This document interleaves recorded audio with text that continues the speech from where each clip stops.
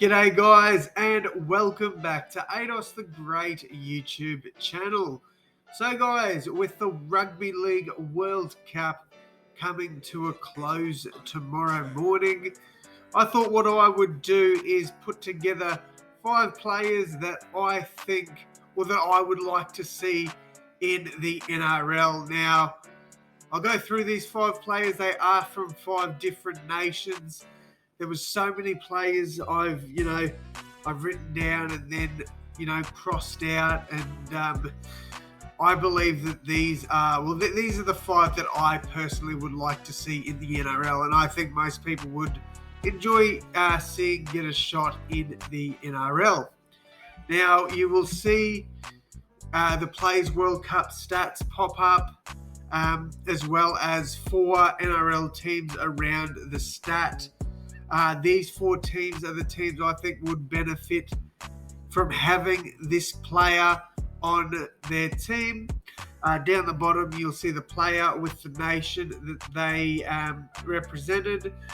And next to them will be a team that they are affiliated with, whether that be them being signed to a team in the Super League, in the NRL, or coming through the ranks of a team in the Super League or the NRL.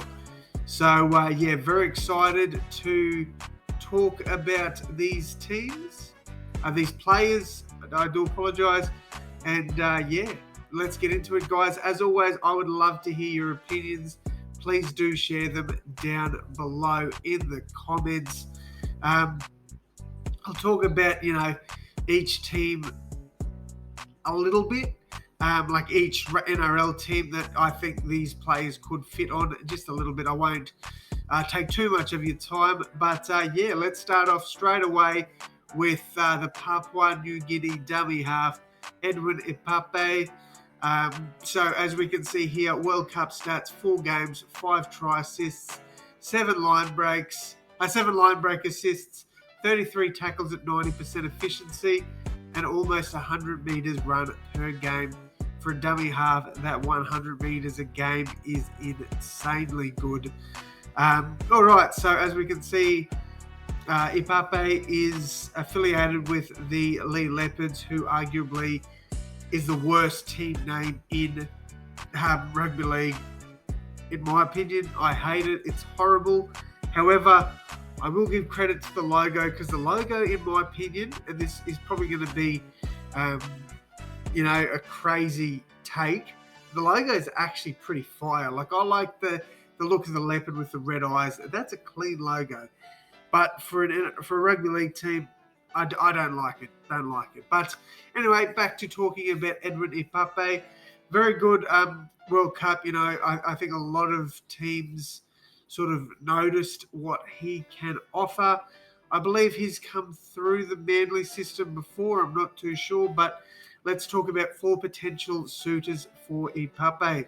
Number 1, the Brisbane Broncos. Brisbane Broncos will be playing Billy Walters at dummy half next year. And I just think that they need a real out-and-out 9. They've tried with Jake Turpin, who didn't really work out.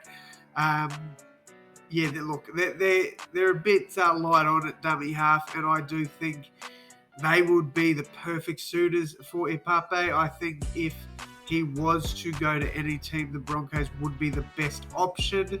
The Dragons are another one. Andrew McCulloch recently retired. They signed on Jacob Little, but other than that, the Dragons are pretty light on at dummy half as well.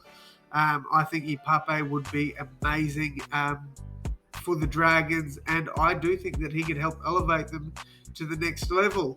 Manly are another team who struggle at the dummy half spot. Lockie Croker, very good player, but I just think the class of Ipape could really help Manly. And then the Dolphins. Look, the Dolphins definitely could use Ipape and then bring Marshall King off the bench in a sort of roaming lock sort of role, and they can sort of alternate between themselves at dummy half. We know Ipape isn't realistically an 80-minute dummy half, so you could have him working with Jeremy Marshall King, and I think that will work fairly well. So Edwin Ipape is my first player. Shout out to the Papua New Guinea fans out there. My second player is Ali Al-Zakim. So Ali Al-Zakim, I don't know if I've spelled his name right here. I do apologise if I haven't. There was about 2 or 3 websites that had his name spelled differently. HEM was one and HAM was the other. And I know there is supposed to be an apostrophe between the L's and Kem, I'm pretty sure. But yeah, let's talk about his stats. So at the World Cup, he played in 4 games, scored 2 tries, 5 offloads, 29 tackles at 91% efficiency, and 126 metres per game. Now, Ellie plays predominantly around that front row, second row sort of position, can play both. However, he played second row for the most part of the World Cup. Now, some teams, so he is coming through the Parramatta system. Don't know if he's in their top 30, but I definitely think that for one, Parramatta could use a player like Ellie. They've lost Isaiah Papali'i, who was a massive loss to them. They do have Ryan Madison and a few others, that will definitely fill the void of Isaiah Papali'i. But I think, we've seen how damaging Ali can be at the World Cup. I think he can definitely take that to NRL level as well. So I think Parramatta would be good suitors for him. Broncos, another team that are slightly light on in the second row position. I thought they were crazy losing Zach Hoskins. So I do think that Ali could be a huge inclusion for them off the bench. Bulldogs are another team. They did add Viliami Kikau.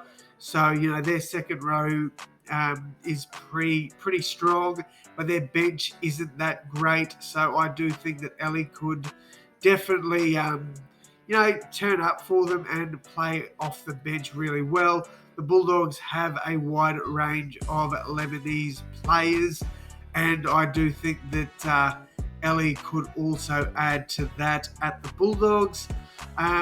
Finally, the Dolphins, I think, they do have a lot of good forwards, a lot of experienced forwards, but they've also got a lot of aging forwards. So injuries will play a part, and I think Ellie could definitely be a bench player there. And if there's injuries, jump straight into that starting squad. So second player for me is Ali Al-Zakim of the Lebanon Cedars. Next up, I've got Frankie Holton, the 26-year-old second rower from Ireland. Now, he is contracted to Hull KR, I believe, the Hull Kingston Rovers. Let's look at his stats. He had 4 games. That should be 3 games. That's my apologies.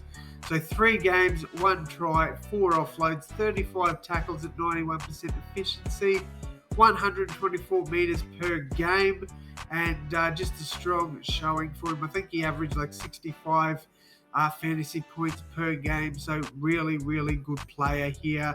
I think he could fit into any NRL squad, to be honest, and really, really help improve their team. But my 4 teams are Melbourne Storm. I think he could be really good in their system. They've lost a huge amount of forward depth there, with obviously the Bromwich brothers boys going over to the Dolphins, with Felice Kafusi as well. Brandon Smith, who played a little bit of lock for Storm, has left to go to the Roosters. They've lost a few other players there. But, I think Frankie Holton could really fit into that Melbourne Storm system. The Bulldogs, similar to El-Zakim, I think he could be very good off the bench for them. Same can be said for the Dolphins as well. I think, he's sort of at his peak now. So around 26, 27 years old, I think he could fit into that Dolphin system really well. Another team I think could use a second rower like Frankie is the St. George Illawarra Dragons. I think he would not look out of place there. They've lost Tarek Sims and a few other players as well. I just think with he could add a lot of depth and experience to that Dragons squad. So that is my take there on Frankie Holton. All right, next up, Taniela Sadruga from Fiji. He is coming through the Cowboys system, I believe, playing up for the Townsville Blackhawks. Sadruga's World Cup stats, and the third stat on here is really what stands out to me. 4 games, 2 tries, 13 offloads, which means he is averaging over 3 offloads per game. That is insane. 15 tackles at 92% efficiency and 109 meters a game. Can play second rower, lock. I'd say he could probably fill in the front row, maybe even in the centres. So my 4 teams are Cowboys, obviously. He's coming through their system, and I think they'd be stupid to let him go. Storm, similar to Frankie, I think he could definitely help out that forward pack, especially with the players that have left. Bulldogs are another team similar to Frankie and Eliel Zakim. I think he could really help them out. Then I've got the Rabbitohs as well. Now, can play lock, second rower, in the front row, centres. I think he would be amazing at the Rabbitohs. We lack centre depth. We kind of do lack depth at lock. Cameron Murray can play 80 minutes, but I think with game management next year, he's going to be more about that probably 30 minutes in the first half, come off after 30 minutes and then come back on fresh in the second half around that 60-minute mark. It'll be a 50-minute mark, so have 10 minutes off before half-time and after half-time. So I think that'll be where Sadruga could definitely step up for the Rabbitohs. And he probably would play more than 20 minutes. Once his stint's done for Murray, he can move into that middle front rower sort of position. I think there's a lot of things the Rabbitohs could utilise him there. So, yeah, I think these 4 teams will be perfect fits for Taniela Sadruga. All right, and finally, the last player on the list from Samoa, I've got Tim Lafai. Arguably the most underrated player in the World Cup. He actually didn't play the first game. Played the second game, was a standout for Samoa, and he hasn't. They haven't looked back since. They've kept him in the squad. So Tim Lafai, who is contracted to the Salford Red Devils, I believe. His World Cup stats, 4 games, 6 tries in 4 games, outstanding there. 8 offloads, really good for a centre.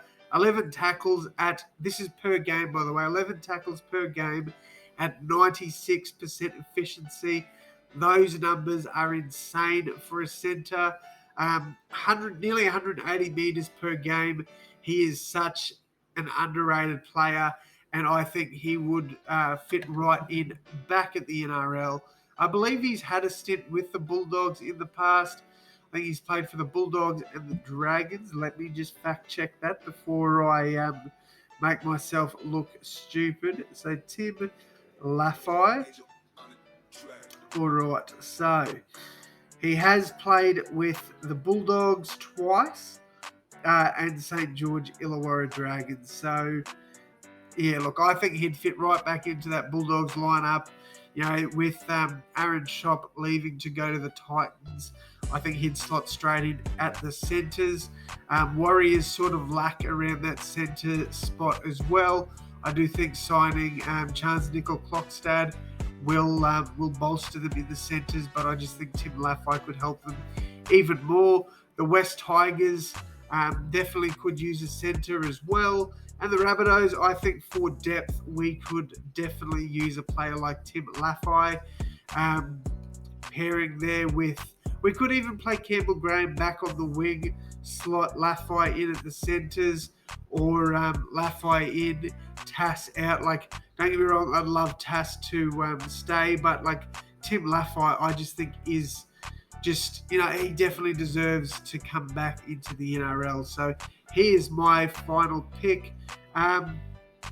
There's a lot of players I had written down here, like Kyle Laybutt, I had, where's my other bloody players here? Kyle Laybut. I had Jimmy Nutlick. Here we go. I had Wong from the he's in the Rooster system from Fiji.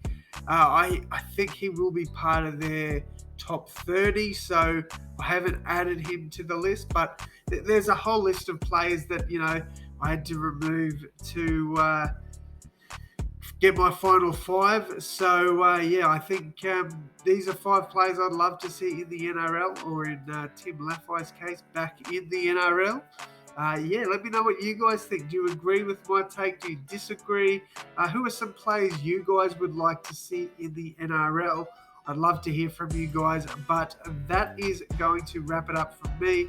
Sorry, this one was a bit on the longer end. I hope you still stayed and enjoyed yourself. Good luck to Australia and Samoa in tomorrow morning's Rugby League World Cup. I wish both teams well. Obviously going to cheer for Australia, but if Samoa win, as I've stated before, I would not be disappointed. But yes, guys, thank you all so much for tuning into this one. I hope you've enjoyed it. Leave a like and subscribe, guys. My channel is taking off at the moment, and I can't thank you enough. It's because of you guys that I've seen such an influx in my channel. So thank you all so much once again. And as always, my friends, I will see you in the next one. Thanks, guys.